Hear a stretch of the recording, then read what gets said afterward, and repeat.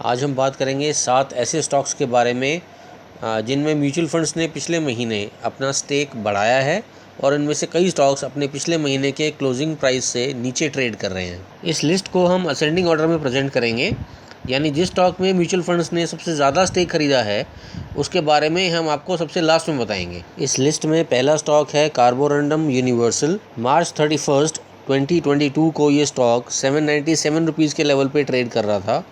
अप्रैल 29, 2022 को ये stock 766 rupees के लेवल पे बंद हुआ। फेब 2022 में म्यूचुअल फंड्स के पास इस कंपनी के 6 करोड़ 28 लाख शेयर थे। मार्च में म्यूचुअल फंड्स ने इस कंपनी में अपनी होल्डिंग 10% बढ़ा दी। Kotak small cap growth fund ने इस स्टॉक में सबसे ज़्यादा खरीदारी करी। इन्होंने कार्बोरंडम यूनिवर्सल के 2,66,469 शेयर्स खरीदे। अगला स्टॉक है वी गार्ड इंडस्ट्रीज़। मार्च 31, 2022 को ये स्टॉक 215 रुपये के लेवल पे ट्रेड कर रहा था।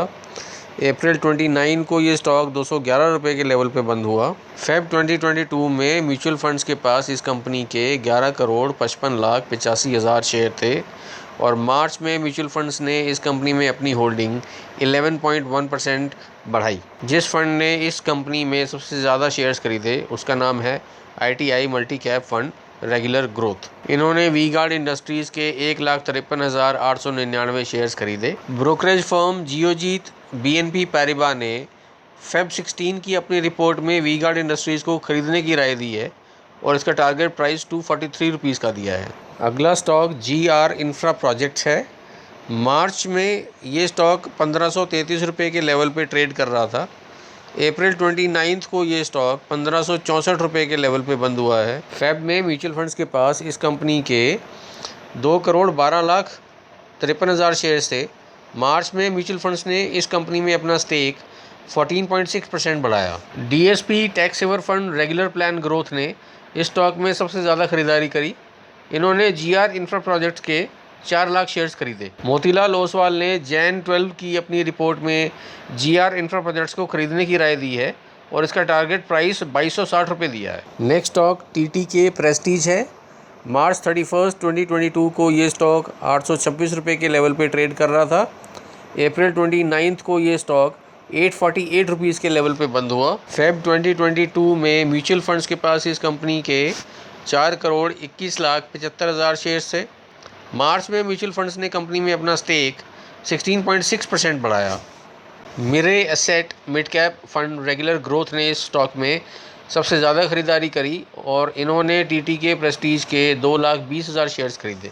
जियोजीत BNP पैरिबा ने मार्च 2 की अपनी रिपोर्ट में TTK प्रेस्टीज को खरीदने की राय दी है और इसका टारगेट प्राइस 975 रुपीज़ दिया है। अगला स्टॉक है रामकृष्णा फोर्जिंग्स। मार्च 31 को ये स्टॉक 157 रुपीज़ के लेवल पे ट्रेड कर रहा था।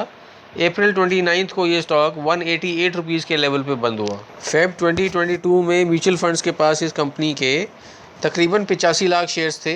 मार्च में म्यूचुअल फंड्स ने इस कंपनी में अपना स्टेक 21.5% बढ़ाया। Aditya Birla sun life pure value fund growth ने इस स्टॉक में सबसे ज़्यादा खरीदारी की और इन्होंने रामकृष्णा फोर्जिंग्स के तकरीबन 68 लाख शेयर्स खरीदे। अगला स्टॉक है वी मार्ट रिटेल। मार्च 31, 2022 को ये स्टॉक 3966 रुपये के लेवल पे ट्रेड कर रहा था। अप्रैल 29 को ये स्टॉक 3219 रुपये के लेवल पे बंद हुआ। फेब में म्यूचुअल फंड्स के पास इस कंपनी के तकरीबन 1 करोड़ 8 लाख शेयर्स थे। मार्च में म्यूचुअल फंड्स ने कंपनी में अपना स्टेक 32.6% बढ़ाया। इस स्टॉक में जिस फंड ने सबसे ज़्यादा खरीदारी करी उसका नाम है Baroda multi cap fund plan A growth. इन्होंने वी मार्ट रिटेल के 36,842 शेयर्स खरीदे। BOB कैपिटल मार्केट्स लिमिटेड ने फेब 11 की अपनी रिपोर्ट में वी मार्ट रिटेल को खरीदने की राय दी है और इसका टारगेट प्राइस 4430 रुपये दिया है। इस लिस्ट में लास्ट स्टॉक वर्धमान टेक्सटाइल्स है। मार्च 31 को ये स्टॉक 436 रुपीज़ के लेवल पे ट्रेड कर रहा था। अप्रैल 29 को ये स्टॉक 436 रुपीज़ के लेवल पे बंद हुआ है। फेब में म्यूचुअल फंड्स के पास इस कंपनी के तकरीबन 4 करोड़ 38 लाख शेयर्स थे। मार्च में म्यूचुअल फंड्स ने कंपनी में अपना स्टेक 60.5% बढ़ाया। कोटक निफ्टी अल्फा 50 ETF ने इस स्टॉक में सबसे ज़्यादा खरीदारी की और इन्होंने वर्धमान टेक्सटाइल्स के 15,300 शेयर्स खरीदे। ICICI सिक्योरिटीज़ ने मार्च 24 की अपनी रिपोर्ट में वर्धमान टेक्सटाइल्स को खरीदने की राय दी है और इसका टारगेट प्राइस 625 रुपीज़ दिया है।